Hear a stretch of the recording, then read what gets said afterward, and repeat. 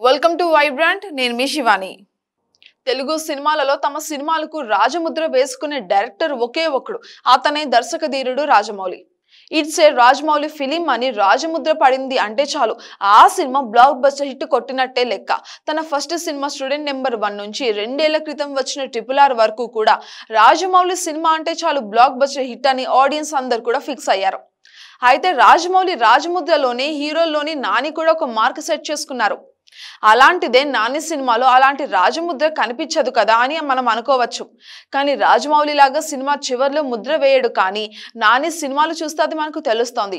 ఏ hero అయినా కొత్త వారిలో ప్రయోగాలు అంటే కెరియర్ రిస్క్ అనుకొని సైడ్ అయిపోతారు. కానీ నాని మాత్రం అలాంటి రిస్కులు కేక్ వాక్ అనేలాగే చేస్తున్నారు. ఇక తెలుగు సినిమాకు టాలెంటెడ్ డైరెక్టర్స్ ని పరిచయం చేయాలని ఒక యజ్ఞం కొనసాగిస్తున్నాడు నాని. అందుకే అతను ప్రతి సినిమాకు ఒక కొత్త దర్శకుని పరిచయం చేస్తున్నాడు. అతని సత్తా కూడా చాటుకుంటున్నారు. అంతేకాదు టాలెంట్ ఉండి వారికి ఒక్క ఛాన్స్ ఇద్దామనుకున్న డైరెక్టర్స్ కి కూడా నాని అవకాశం ఇస్తున్నారనే చెప్పాలి. ఇక లేటెస్ట్ గా సరిపోద శనివారం సినిమాతో వివేకాతయ్య డైరెక్షన్ లో టాలెంట్ ఏంటో ప్రపంచానికి చాటి చెప్పేలాగా చేశారు నాని.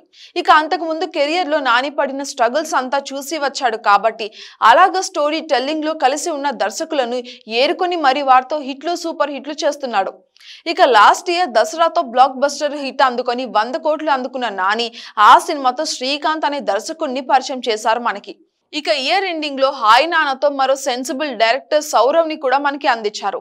ఇక సరిపోద శనివారంతో వివేక్ అసలు స్టామినా ఇది అని ప్రూవ్ చేశారు. సో నానితో సినిమా చేస్తున్న దర్శకులు టాలీవుడ్ సినిమాను కొత్త కథలతో ముందుకు తీసుకెళ్తారని చెప్పడంలో ఎలాంటి సందేహం కూడా లేదు. సో అలాంటి వారికి మొదటి ఛాన్స్ ఇచ్చిన తన ముద్ర పడేలా చేస్తున్నాడు Nani. For more updates, subscribe to Vibrant.